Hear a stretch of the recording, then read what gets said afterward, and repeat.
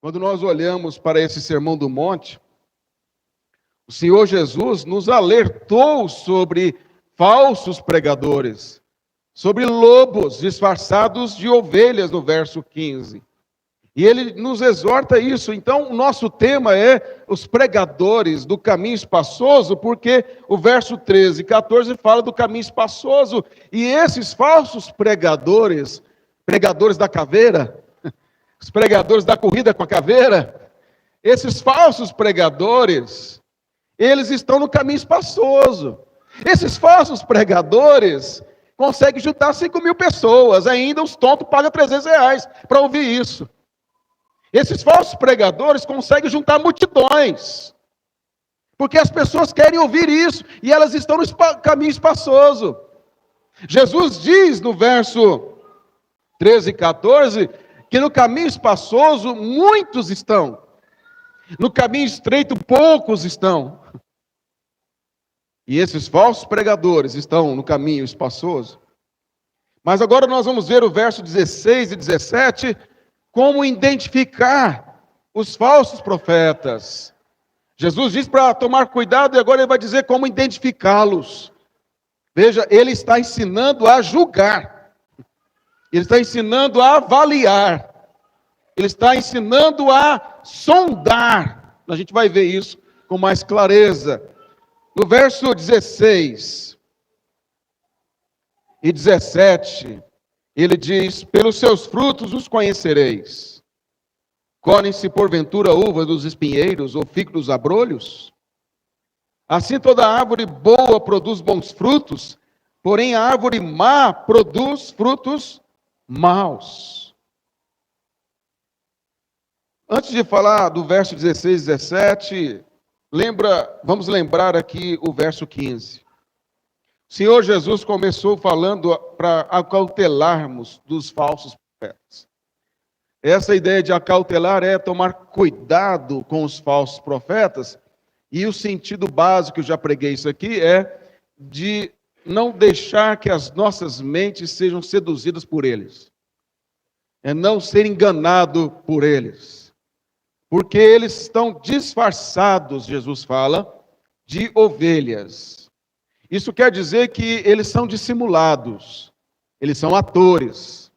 Eles não se mostram já como lobos. Eles já não, no início, antes deles serem conhecidos, influentes, eles já começam pregando heresia, gritante, para você falar: nossa, esse aqui já é herege, estou fora. Eles começam o ministério deles pregando verdades. Eles começam falando coisas corretas. Eles começam até a parecer que são firmes na palavra. E aí, quando eles conseguem ter a credibilidade do seu público, quando eles começam a ter influência, quando eles começam a ter um grande número de pessoas seguindo, aí eles vão inserindo uma mentira aqui, outra mentira ali. Aí ele diz assim que a Bíblia tem que ser ressignificada. Aí quando ele é apertado, ele diz: eu não quis dizer isso. Aí depois ele fala: eu quis dizer isso. E aí ele vai dissimuladamente dizendo e não dizendo, e ele vai inserindo, e quando confrontado por alguém, ele diz: não, não foi isso que eu quis dizer, não é exatamente esta mensagem, você não entendeu bem.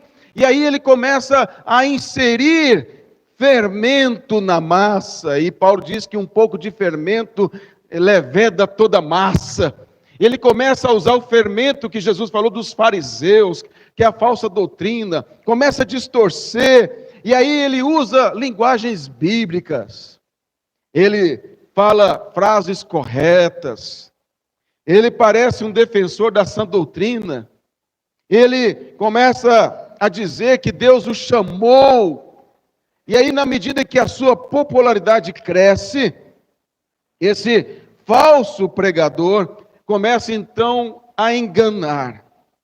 Lá em Jeremias, o profeta já falava sobre falsos profetas que estavam atuando naquela época. Em Jeremias capítulo 23, verso 16 e 17, ele diz: assim diz o Senhor dos exércitos, não deis ouvidos às palavras dos profetas que entre vós profetizam, e vos enche de vãs esperanças.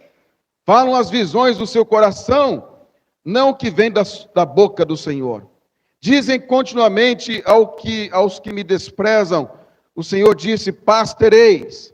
E a qualquer que anda segundo a dureza do seu coração, dizem, não virá mal sobre vós. Veja, na época do profeta Jeremias, falsos profetas se levantavam.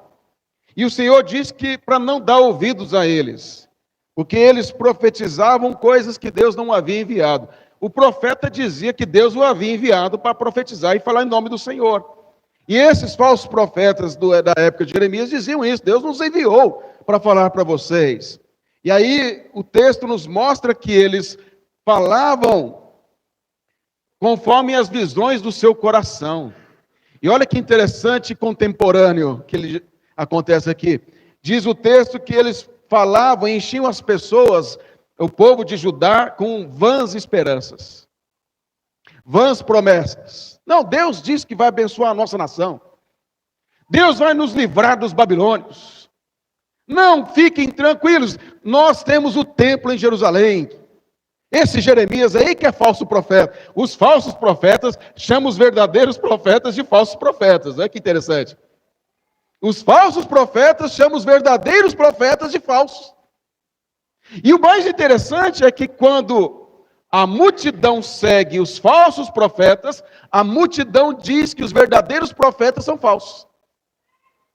Quando você tem um movimento evangélico que segue os falsos profetas, e aí os verdadeiros profetas, o que eu dizer entre aspas, pastores, quando a igreja evangélica, na sua maior parte, segue os falsos pastores, esses evangélicos, quando ouvem um verdadeiro pastor, diz que ele é herético, que ele está falando besteira, que ele está distorcendo a Bíblia e que ele é falso pregador.